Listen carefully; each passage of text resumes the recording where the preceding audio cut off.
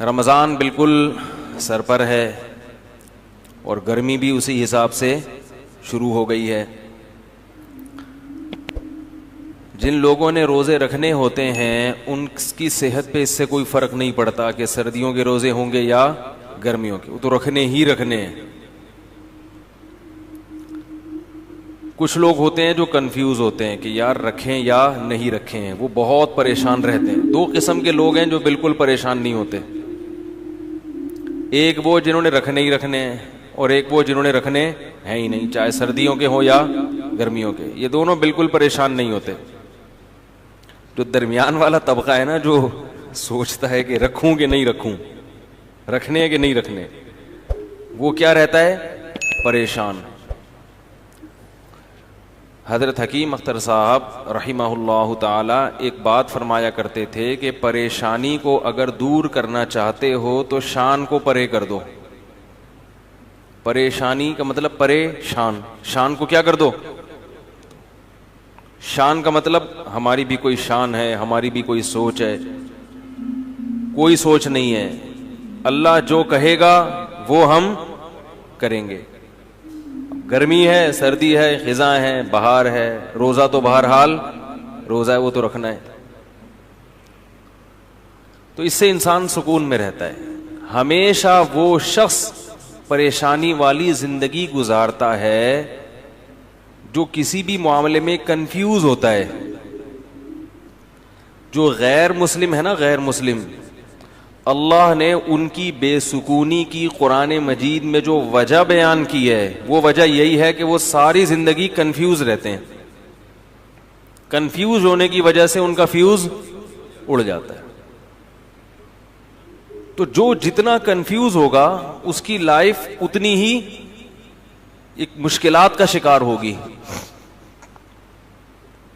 قرآن میں اللہ نے مثال دی ہے غیر مسلم کی, کیونکہ ان کی حالت کیا ہوتی ہے. پہلا تو یہ کہ ان کو یہ پتہ نہیں ہے کہ آخرت ہے یا نہیں ہے, سمجھ رہے ہیں, یہی نہیں پتا ان کو.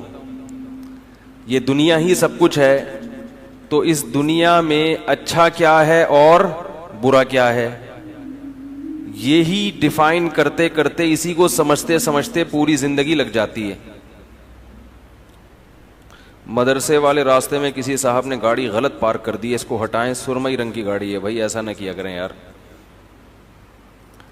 تو ساری زندگی یہ اس مدرسے والے راستے میں اس طرف, یہاں کسی نے گاڑی سرمئی رنگ کی غلط پارک کر دیا, ہم دیکھ نہیں رہے, آنکھیں بند کر رہے ہیں, جو بھی اٹھ کے چلا جائے بھائی. وہ شرمندگی کی وجہ سے ہو سکتا ہے نہیں اٹھ رہے ہو نا, صحیح ہے. تو ابھی تک کوئی نہیں اٹھ رہا بھائی. اگر ہم دیکھ بھی لیں تو کیا ہے, آنکھیں بند کریں گے, جیب کترے بھی آتے ہیں نا بیان میں, مسئلہ یہ ہے. تو وہ کہیں جیب سے کچھ نکال نہ لیں. تو وہ ایک آدمی نے کہیں کسی تقریب میں بیوی کا ہار کسی نے چوری کر لیا, سونے کا ہار تھا, کوئی دے ہی نہیں رہا. تو اس آدمی نے ایک پیالہ رکھا اور لائٹیں بند کر دیں اور اعلان کیا کہ بھائی جس نے بھی یہ ہار لیا ہے چپکے سے اس میں ڈال دے, ہم کسی کے سامنے نام ظاہر نہیں کریں گے, لائٹ آف ہے, جو بھی ہے کر لے اللہ کا واسطہ. تھوڑی دیر میں جب لائٹ آن کی تو پیالہ بھی غائب تھا. جب لائٹ آن کی ہے تو بھائی جو چور ہے وہ اتنا شریف تھوڑی ہوگا کہ وہ رکھ کے چلا جائے. اس نے کہا چلو ایک چانس اور ملا ہے. تو پہلے میرا پروگرام تھا ہم آنکھیں بند کر لیں تاکہ جن صاحب نے گاڑی غلط پڑ لی, مجھے خیال آیا کہ یار آنکھیں بند کر کے کوئی مسئلہ نہ ہو جائے. آنکھیں بند کریں گے نا تو پھر جب کھولیں گے آنکھیں تو پھر دوسرا اعلان ہو رہا ہوگا, بھائی ایک صاحب کی گھڑی غائب ہے, ہم آنکھیں بند کر رہے ہیں, جنہوں نے لیے ان کی جیب میں ڈال دے. اچھا خیر, تو اللہ تعالی نے غیر مسلم کی حالت کو, کیونکہ میں پہلے عرض کر رہا تھا کہ جس کے پاس اسلام نہیں ہے اسے یہی نہیں پتا کہ یہی زندگی اصل ہے یا اس کے بعد بھی کوئی زندگی ہے. یہی اصل ہے تو اس میں اچھا کیا ہے اور برا کیا ہے, وہ ہمیشہ کنفیوز رہتا ہے. کبھی وہ سوچتا ہے کہ اچھا وہ ہے جس کو میرے والدین اچھا کہیں, لیکن اس کی فطرت اس کو قبول نہیں کرتی. بات بات پہ اس کے اپنے پیرنٹ سے بھی جھگڑے ہوتے ہیں. حقوق کیا ہیں, کس کے کتنے حقوق ہیں, دینے ہیں نہیں دینے. اسی جنگ میں لڑتے لڑتے ان کی عمریں پوری ہو جاتی ہیں, اسی کنفیوژن میں. کسی نے کنٹری کو خدا بنا لیا, ملک کو, لیکن وہ اس میں مطمئن نہیں ہوتا. اس سے جب سوالات پوچھے جائیں تو وہ خود پریشان ہوتے ہیں کہ بھئی یہ لکیریں بھی تو انسان کی کھینچی ہوئی ہیں. کسی نے یعنی حقوق کا سمجھ میں نہیں آ رہا اس کو کہ والدین کو رکھنا ہے کہ نہیں رکھنا, ان کے کیا حقوق ہیں. کسی نے دولت کو اپنا خدا بنا لیا. تو ایک چیز پھر یہ جتنے بھی مذہب والے لوگ ہیں نا, آہستہ آہستہ ایک طرف کو یہ جانے لگتے ہیں کہ بھئی اصل ہے پیسہ, کیونکہ اس سے تمام ضرورتیں پوری ہوتی ہیں. جس کے پاس پیسہ ہے اس کی چلتی ہے, جو چاہے گا وہ کر لے گا. لیکن اللہ تعالیٰ نے انسان کی صلاحیتیں محدود رکھی ہیں. پیسے سے ساری چیزیں حاصل نہیں ہوتی. پیسے سے ساری چیزیں حاصل ہوتی تو بہت سے پیسے والے لوگ, ان کو مٹھائی سے پرہیز نہ ہوتا. کیا خیال ہے؟ بہت سے پیسے والے لوگ گوشت سے ان کو پرہیز ہوتا ہے. بہت سے پیسے والے لوگ بہت ساری چیزوں سے محروم ہوتے ہیں, نیند کی گولیاں کھانی پڑتی ہیں. تو اسی کنفیوژن میں نا کہ صحیح کیا ہے غلط کیا ہے, اللہ نے اس کی ایک مثال دی ہے. فرمایا کہ كَظُلُمَاتٍ فِي بَحْرِ اللُّجِّيِّ يَغْشَاهُ مَوْجٌ مِّن فَوْقِهِ مَوْجٌ مِّن فَوْقِهِ سَحَابٌ. ایسی زبردست مثال ہے نا خاندانی, اس سے بہتر مثال غیر مسلم کی اور کافر کی دل کی حالت کو ڈیفائن کرنے کے لیے ہو ہی نہیں سکتی. خود یہ قرآن کی بہت بڑی بلاغت ہے. یعنی مجھے اور آپ کو اگر کہا جاتا کہ ایک آدمی حیران ہے, سرگردان ہے, اس کے پاس لائف اسٹائل ہے ہی نہیں کہ صحیح کیا ہے غلط کیا ہے, وہ روزانہ صبح اٹھ کے سوچتا ہے کہ میں صحیح سمت میں جا رہا ہوں کہ غلط سمت میں جا رہا ہوں, کیا کرنا ہے کیا نہیں کرنا. تو اس کی جو حیرانی ہے, پریشانی ہے, اس کو آپ مثال سے واضح کریں تو ہم کتنی ہی مثالیں لے کر آتے. قرآن نے جو مثال پیش کی ہے اس مثال سے بہتر مثال نہیں ملے گی. قرآن نے کہا کظلمات, کئی اندھیرے ہوں. مثال دی ہے اس کی پریشانی کو, جیسے آپ کسی روڈ پہ چل رہے ہیں, راستے پہ چل رہے ہیں. اب راستہ نظر ہی نہ آئے آپ کو اگر, یا آپ کو یہی نہ پتا ہو کہ میں جس راستے پہ چل رہا ہوں یہ میری منزل تک جا بھی رہا ہے کہ نہیں جا رہا. دیکھو آپ بائی روڈ کوئٹہ جا رہے ہیں, آپ نے گاڑی لے کے نکال لی, لیکن کوئی سائن بورڈ نظر نہیں آ رہا جو بتا رہا ہے کہ یہ کوئٹہ یہاں سے اتنے کلومیٹر ہے. کوئی سائن بورڈ یہ نہیں بتا رہا کہ یہ حیدرآباد جا رہے ہیں. اب آپ چلتے چلے جا رہے ہیں تو ہر لمحہ آپ کی ٹینشن بڑھتی چلی جائے. یار میں دور ہو رہا ہوں یا قریب ہو رہا ہوں, یہ کہیں ایسے ہی تو نہیں قیامت تک چلتا ہی رہوں گا میں. جیسے وہ جنازہ لے کے چلے تھے نا چرسی, نئے لوگ بھی آتے ہیں نا. ایک چرسی کا انتقال ہو گیا, چرسی کی موت ہو گئی, تو باقی چرسیوں نے کہا یار اس کا کیا کریں, پیسے ویسے تو ہوتے نہیں دفنانے کے. انہوں نے کہا فی الحال لے کے چلو, دیکھتے ہیں کیا کرنا ہے. چرسیوں میں بڑا ایکا ہوتا ہے آپس میں. تو انہوں نے اس کو جنازے کو چارپائی اٹھائی اور ایسے ہی لے کے چلتے گئے. جب جنازے کو لوگوں نے دیکھا تو آپ کو پتہ ہے ایک ایک کر کے کندھا دینے آتا, تو جو نیا آدمی کندھا دینے آتا گیا, پرانے والے کھسکتے چلے گئے. ٹھیک ہے. اب رش لگ گیا لوگوں کا, جنازہ ہے بھائی, جا رہے ہیں, پتہ ہی نہیں کہاں جانا ہے. شہر ختم ہو گیا. خیال یہ تھا کہ بھائی شہر کے باہر قبرستان ہوگا, اس کے لواحقین کہیں گے اب یہاں کو ٹرن مارو, ادھر کو ٹرن, لیکن چلتے جا رہے. جس نے کٹنا تھا کٹ گئے, جو آخر میں 4 آدمی رہ گئے وہ تو نہیں جنازہ اتار سکتے, وہ جا رہے ہیں. کافی دیر بعد ان کو خیال آیا کہ یار اس کو اتارنا کہاں ہے بھائی, اس کو اتارنا کہاں, کس کا ہے یہ, کون ہے, کس کا ابا ہے, کس کا بیٹا ہے, کس کا بھائی ہے, کس کا چاچا ہے, کس کا ماموں ہے, پتہ ہی نہیں چل رہا. تو چلتے چلے جا رہے. تو آپ کو منزل ہی کی خبر نہ ہو کہ جانا کہاں ہے, تو آپ چلتے چلے جائیں گے اور ٹینشن آپ کی بڑھتی چلی جائے گی. جیسے اس جنازے کی چارپائی والوں کی ٹینشن بڑھ رہی تھی کہ یار کدھر ٹکائیں, اس پھینک کے بھی نہیں آ سکتے نا. تو اللہ نے مثال دی ہے کظلمات فی بحر, فرمایا بہت سارے اندھیرے ہوں اور کوئی شخص سمندر کی تہ میں ہو، فی بحر لجی، سمندر بھی بہت زوردار لہروں والا گہرا سمندر جس کی گہرائی میں بہت زیادہ اندھیرا ہوتا ہے، وقت بھی رات کا ہو،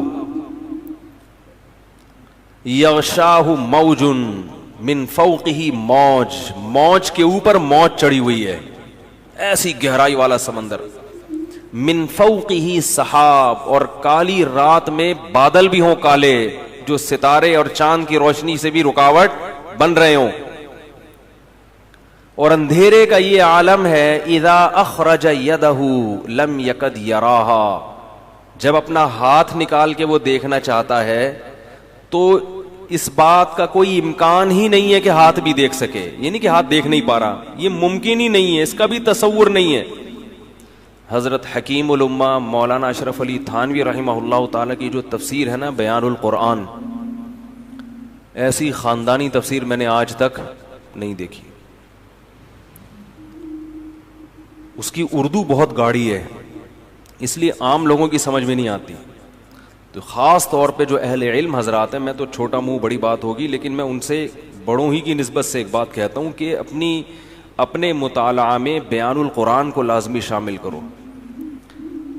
حقیقی معنوں میں قرآن کی تفسیر ہے، دائیں بائیں نہیں ہوتا، موضوع من گھڑت ضعیف روایتیں نہیں ہوتی، ٹو دا پوائنٹ بات ہوتی ہے، اور قرآن کو حل کیا ہوتا ہے، ایران تران نہیں ہے اس میں۔ بعض تفسیروں میں ایسا ہوتا ہے کہ اللہ کا کلام کم ہے،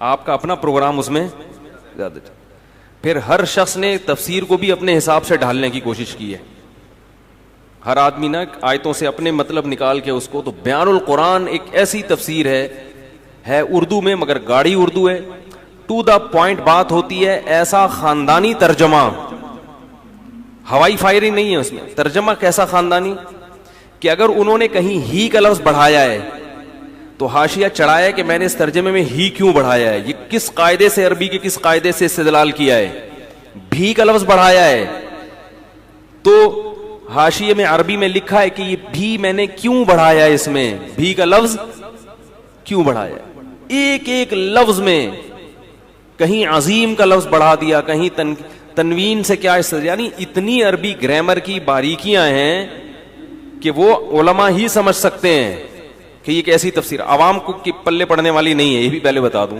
اردو بہت گاڑی ہے اس کی۔ تو بیان القرآن میں یہ لکھا ہے، اس میں بلاغت کے نکات بھی ہوتے ہیں، انہوں نے لکھا ہے کہ ہاتھ کی مثال اللہ نے کیوں دی ہے، اذا خرج یدہ، اللہ نے کہا کہ اتنا اندھیرا ہے کہ ہاتھ نکال کے دیکھنا چاہے تو وہ بھی نظر نہیں آتا، فرمایا اس لیے کہ ہاتھ کو اپنے حساب سے قریب اور دور کر سکتے ہیں، بعض لوگوں کی دور کی نظر کمزور ہے، بعض کی قریب کی نظر کمزور ہے، ہاتھ کے علاوہ جو ہے نا، ہاتھ جب آپ ایسے کریں، ایسے کر لو، تھوڑا دور کر لو، یوں آنکھیں پھاڑ کے تھوڑا سا، اور اپنے حساب سے مینج کر سکتے ہو آپ اس کو، اپنا ہاتھ بھی اگر سجائی نہیں دے رہا کس قدر اندھیرا ہوگا۔ تو اللہ فرماتے ہیں اس شخص کی مثال ہے کس کی، جس کے پاس ہدایت کی روشنی نہیں ہے، جیسے یہ حیران سرگردان سفر کرے گا، اب اس کو کیا پتا کہ اگلا قدم میں نے کہاں رکھنا ہے، اگلے قدم میں کھائی ہے یا پھول بچھے ہوئے ہیں یا قالین بچھے ہوئے ہیں، ساری زندگی اسی قسم پرسی میں گزارے گا جو شخص، اس کی دل کی حالت کیا ہوگی، دماغ کی حالت کیا ہوگی، کیسی پریشانی ہوگی۔ یہ دنیا کا عذاب ہے ان لوگوں کے لیے جو شریعت کو فالو نہیں کرتے، ہر شخص کو خوش کرنے کی کوشش میں لگے ہوئے ہیں، داڑھی کیوں نہیں رکھی جاتی، لوگ کیا کہیں گے، تو کیا بغیر داڑھی والوں سے لوگ خوش ہیں بھائی، میں اچھا نہیں لگوں گا، ملا سا لگوں گا، لوگ کیا کہیں گے، تو بھائی لوگوں کا تو میں تو اب تو مجھے تو یوٹیوب پہ سب سے آیا ہوں نا، کوئی صفائی پہ بیان کرو، اس بیان پہ پھر کمنٹس آتے ہیں۔ ہمیں یہ کر رہا تھا کہ ہم بھی کیا کرتے ہیں، کافر تو مکمل کنفیوز ہوتا ہے، مسلمان آدھا تیتر آدھا بٹیر، وہ کلمہ تو پڑھ لیتا ہے، جنت جہنم پہ یقین بھی کر لیتا ہے، لیکن آدھی شریعت کو فالو کرتا ہے، وہ اتوار کو بیان سننے آ جائے گا، جمعے کا بیان سن لے گا، لیکن بہت ساری چیزوں میں کیا کرے گا، یار نہیں یار یہ بیوی ناراض ہو جائے گی، یار یہ تو ابا، یہ تو دوست بولیں گے یار تم تو پروفیشنل مولوی لگ رہے ہو بالکل ہی، یار تم تو بالکل ہی یار یعنی عجیب سے ہو گئے ہو. اس طرح کی باتیں لوگ کرتے ہیں. تو ایسے لوگ یہ سمجھتے ہیں کہ ہم لوگوں کو خوش کر کے سکون کی زندگی گزاریں گے، حالانکہ وہ سکون کی زندگی نہیں گزار سکتے. کیوں؟ قرآن نے اس کو بڑا اچھی مثال سے سمجھایا ہے. فرمایا ضرب اللہ مثلا رجلا فیہ شرکاء متشاکسون ومثلا ورجلا سلما لرجل. فرمایا بتاؤ ایک آدمی ایسا ہے جس کے کئی آقا ہوں، کئی محبوب ہوں، اور وہ کئی محبوب بھی ایسے ہیں جن کے مزاجوں میں آپس میں بڑا اختلاف ہو. کئی محبوب ایسے ہیں جن کے مزاجوں میں آپس میں، مثال دیتا ہوں، کسی کی 4 بیویاں اور چاروں اپوزٹ دماغ کی ہیں، تو وہ ڈپریشن کا مریض بنے گا کہ نہیں بنے گا؟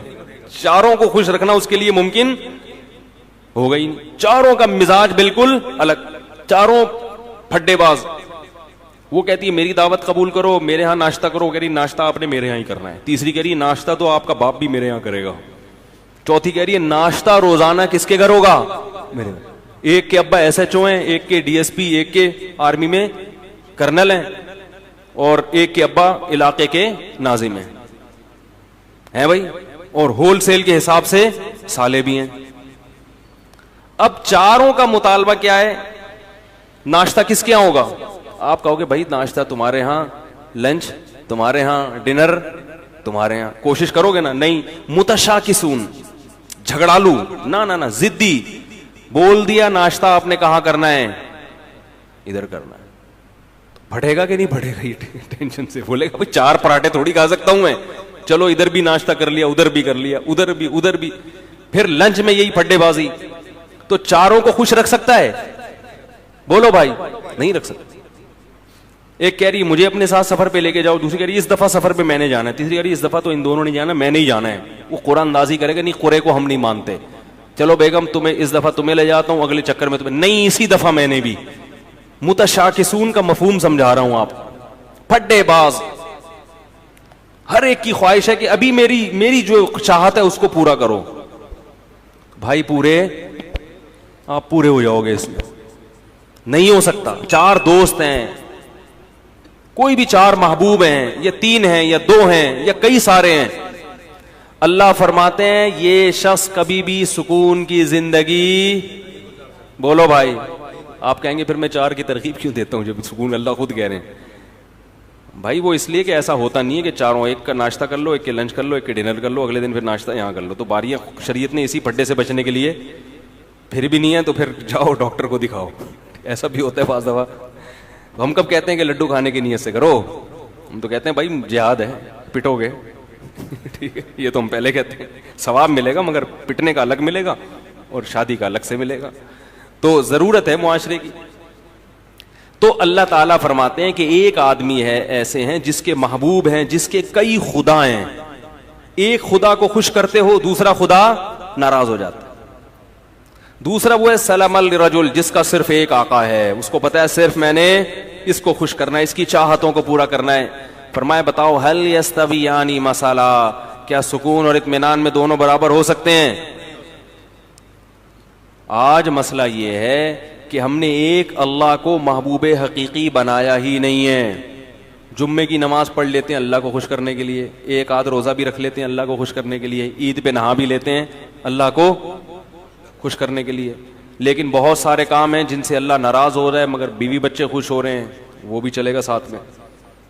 جہیز بھی لے رہے ہیں، نفس خوش ہو رہا ہے اس سے، سود بھی کھا رہے ہیں، بینک کی جاب بھی کر رہے ہیں.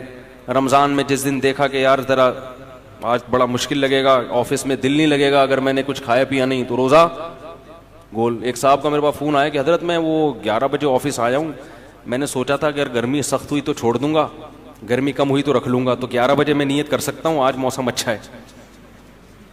میں نے کہا یار تم عجیب آدمی ہو، رکھنا ہے بھائی، یہ تو رکھنا ہی رکھنا ہے. تو کبھی کسی کو معبود، کبھی کسی کو معبود، تو اس سے لوگ کیا ہوتا، اور یہ سب کیا ہیں؟ ایک دوسرے کے مخالف بھی ہیں. ساری مخلوق کو، سارے انسانوں کو آپ کبھی بھی خوش، سارے رشتہ داروں کو خوش نہیں کر سکتے. اماں کو خوش کرو تو بیوی ناراض، بیوی کو خوش کرو تو اما ناراض, بہنوں کو خوش کرو تو بیگم ناراض. عجیب سا حساب چل رہا ہے, تو کہیں بھی نہیں ہو سکتا. اس لیے ایک قانون بنا دو بھائی, ہمارا رب کون ہے؟ اللہ ہے, سب سے پہلے وہ ہے, باقی سب اس کے بعد. ناراض ہوتے ہو تو ہوتے رہو, تم نے بھی مر کے مٹی ہو جانا ہے, ہم نے بھی مر کے مٹی. عزت کرو گے تو اچھی بات ہے, نہیں کرتے تم نے بھی مٹی. جنہوں نے عزت کی ہے فرعون کی ہے بھائی, وہ فرعون بھی گیا اور وہ عزت کرنے والے بھی گئے. فرعون غرق نہ بھی ہوتا تو بھی اب تک تو ویسے ہی مر چکا ہوتا. تو وہ رنگ رلیوں پہ زمانے کی نہ جانا اے دل, یہ خزاں ہے جو با انداز بہار آئی ہے. جتنی مردی عزت ہو شہرت ہو, مٹی میں دفن کرنے کے بعد نا 2-4 دن کے بعد کوئی بھی یاد نہیں کرتا. ایسی دنیا کی حقیقت ہے. شہرت سے تو کبھی بھی متاثر نہیں ہونا چاہیے, اپنی بھی یا کسی اور کی بھی. بڑے بڑی لوگ آئے ہیں دنیا میں, بڑی بڑی شہرتیں حاصل ہوئی ہیں, غائب مرے تو 2-4 دن لوگ روئے, ہائے ہوئے کیا, ختم کہانی. تو اس لیے سب سے زیادہ مزے کی زندگی میں وہ ہے جس نے ایک اللہ کو اپنا رب بنا لی. وہ کہہ دے کر لو, کوئی روک نہیں سکتا اس کام سے. وہ کہے نہیں کرو, کوئی کروا کے نہیں, کسی میں دم ہے تو کروا کے دکھائے. میں جب وزیر آباد گیا, پرانی بات ہے, یہ واقعات سنانے کا مقصد کوئی اپنی قصے کہانیاں نہیں, جو بات قرآن کی بتانا چاہ رہا ہوں وہ دل میں بیٹھ جائے. میں جب وزیر آباد گیا نا تو وہاں وہ لوگ بھی سنتے ہیں میرا بیان, تو وہ یہ پرانی بات ہے, تقریباً 13-14 سال پرانی. تو انہوں نے 1 مہینہ رمضان کا میں نے وہاں گزارا, وہ میرے درس ہوئے, انہوں نے بڑا میرے درس کو پسند کیا. تو انہوں نے مجھے کہا کہ آپ یہیں ٹھہریں, اب آپ یہاں امامت بھی کریں اور یہاں خطابت بھی, ہم آپ کو اتنی تنخواہ دیں گے, حج کرائیں گے, یہ کریں گے. بڑا بھاری بھرکم لالچ. میں نے کہا نہیں, میں تو کراچی واپس جاؤں گا. میں نے کہا نہیں, میں تو, بچے بھی تھے میرے ساتھ, بہت اکرام کیا انہوں نے, واقعی بڑا اکرام کیا. وزیر آباد میں ایک مسجد ہے دارا کبوترا کے نام سے, وہ لوگ سنتے ہیں کبھی کبھار بیان تو سن رہے ہوں گے.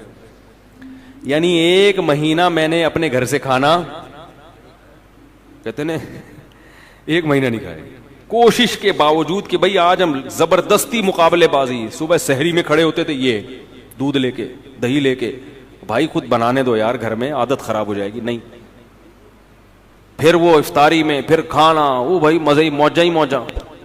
پنجاب والے ماشاءاللہ کھلانے پلانے میں, کراچی والے بھی کھلاتے ہیں, کہ پنجاب والے کھاتے بھی ہیں نا, تو جو اب وہ اپنے حساب سے بھی کھلاتے ہیں. کراچی والا 2 نوالے, وہ خود بھی پیٹ بھر جائے گا اس کا, آپ کو بھی وہ سمجھے گا پیٹ بھر گیا, سامنے والے صحتیں نہیں ہیں یہاں پہ. تو اب کیا ہوا ہے کہ وہ روزانہ صبح مجلس ہوتی, میرا درس کے بعد وہ بیٹھتے, بھائی آپ یہاں ٹھہرے, میں کہتا نہیں مجھے جانا ہے وغیرہ وغیرہ. 15 دن انہوں نے زور لگایا, انہوں نے دیکھا ٹکنے کا نام ہی نہیں لے رہا. انہوں نے کہا آپ کو پرابلم کیا ہے؟ میں نے کہا بھائی میں, جو میرے استاذ ہیں, جو میرے شیخ و مرشد ہیں, میں ان کا آدمی ہوں. میں کیا ہوں؟ میں ان کا آدمی ہوں. جب میں مدرسے میں آیا تھا تو میں نے اپنے آپ کو ان کے حوالے کر دیا تھا, کہ اب اپنی لگام ہم نے ان کے ہاتھ میں پکڑا دی, کیونکہ ان پر اعتماد تھا. ایسے ہی کسی کے ہاتھ میں نہیں لگام پکڑائی جاتی, پہلے ان کو پرکھا اچھی طرح, بھائی ان میں دنیا کی محبت نہیں ہے اور علم بھی ان کا کامل ہے. تو اب ہم بچے ہیں, ہم بجائے اس کے کہ اپنی زندگی کو خود متعین کریں, کسی بڑے کے حوالے کر دو. انہوں نے ہمیں پڑھایا, انہوں نے ہمیں لکھایا, یہ سارا علم جو ہم یہاں آ کے آپ کی خیال کے مطابق موتی بکھیر رہے ہیں, سب ان کی محنت ہے. اب ہمیں پیسوں کی آفر آ رہی ہے تو ہم ان کو ٹاٹا کر کے چلے جائیں, ایسا نہیں ہوگا. تو میں نے کہا کہ ان کو لیٹر لکھیں, وہ اگر مجھے کہیں گے نا کہ یہیں ٹھہرو تو آپ مجھے یہاں سے بھگا کے دکھاؤ پھر, ٹھیک ہے. اگر وہ مجھے کہتے ہیں کہ یہ مسجد سے جانا نہیں, تو میں نے کہا پھر آپ مجھے یہاں سے بھگا کے دکھاؤ. اور اگر وہ کہتے ہیں کہ یہاں نہیں رہنا, میں نے کہا آپ زنجیریں باندھ لو, مجھے جیسے موقع ملے گا میں وہ کاٹ کے بھاگ جاؤں گا. بے لگام اونٹ جو ہوتا ہے نا, شتر بے مہار, کبھی ادھر بھاگ رہا ہے کبھی ادھر بھاگ رہا ہے, وہ کسی کام کا نہیں ہوتا. مرکز سے انسان کو ہمیشہ جڑے, پہلے مرکز متعین کرنے میں ٹائم لگائے. ایسا نہیں کہ کسی پہ بھی اعتماد کر کے اپنی زندگی کی لگام اس کے ہاتھ میں دے دی, ایسا نہیں ہے. پرکھنا پڑتا ہے, جانچنا پڑتا ہے. میں نے کہا ہمیں اپنے بڑوں پر الحمدللہ بھرپور اعتماد ہے, 8-10 سال ان کی صحبت میں ہم نے گزارے ہیں. میرا یہ خیال ہے کہ مجھے ان سے زیادہ بہترین لوگ اس دنیا میں مل ہی نہیں سکتے تھے. اللہ نے پتہ نہیں والدین کی کون سی نیکی قبول کی, ایسے لوگوں کے پاس ہمیں پہنچا دیا. تو اس کی برکتیں ہیں, اللہ تعالیٰ ٹوٹا پھوٹا کام لے رہا ہے. تو اس سے دیکھو یہ فائدہ کیا ہوا مجھے کہ خیالات منتشر نہیں ہو رہے, سکون آ گیا طبیعت میں. بھائی وہ کہیں گے تو کر لیں گے, نہیں کہیں گے تو نہیں کریں گے. ورنہ انسان سوچتا, میں نے ایسے لوگوں کو بھی دیکھا, علماء کو بھی, جو پریشان کہ کیا کریں اب, ان کی زندگی بھی کس میں گزر رہی ہے, پریشان. پھر پیسے کی محبت آ جاتی ہے, یار دین کے تو یہ والے, اس میں پیسہ زیادہ ہے تو ادھر چلو. جب پیسے کی طرف آئے تو پھر پیسہ اصل مقصد بن گیا, تباہ ہو گئے. تو ہمیشہ انسان کی سکون کس میں ہے کہ وہ اس کو یہ پتا ہو کہ میں نے کس ٹریک پر زندگی گزارنی ہے. اس میں سکون ہے انسان کی طبیعت میں, آرام سے سکون سے. اکابر پرستی الگ چیز ہے. اکابر پرستی کا مطلب یہ کہ آپ کے بزرگ کچھ بھی الٹا سیدھا کریں, آپ نے ان کو صحیح کرنا ہے, ایسا نہیں ہے. الحمدللہ یہ نہیں ہے. ہمارے بڑوں سے بھی بعض, ہماری کوئی حیثیت نہیں ہے, لیکن بعض چیزوں میں ہم بول دیتے ہیں کہ بھئی یہ والی رائے ہماری نظر میں, میرے شیخ تو 4 شادیوں کے قائل نہیں ہیں, میں نے اس میں اپنے شیخ کی مخالفت کی ہے.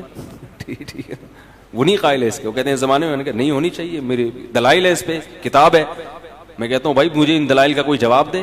شیخ کے بارے میں یہ تصور کہ بھائی وہ دوسرے کاموں میں مشغول ہیں, دین کے کاموں میں, ان کو اس ٹاپک پر سوچنے کا موقع, اگر وہ سوچتے تو وہ بھی یہی کہتے جو میں کہہ رہا ہوں. نہیں موقع ملا تو چھوڑو ان کو اپنے حال پہ, آپ اپنا چلو. لیکن ان کا بھی ظرف اتنا بڑا ہے کہ ان کو بھی پتا ہے کہ اس کی ایک اس بارے میں رائے ہے, اور جو چیز حلال ہے اس میں وہ پابندی. تو یہ بھی تو سلیکشن ہے نا ہماری, کہ ایسے لوگوں کو ہم نے سلیکٹ کیا ہے. ان کو بھی پتا ہے کہ حدود سے, مرید کو اپنے حدود اللہ سے باہر. بعض شیخ کیا کرتے ہیں, مرید نے شادی کی, خانقاہ سے کک آؤٹ, یا مرید نے کوئی ٹوپی ٹرینڈ نہیں کروائی تو خانقاہ سے کک آؤٹ. تو بھائی یہ ٹرینڈ وینڈ یہ جو شریعت تھوڑی ہے, یہ تو حدود اللہ پر قائم.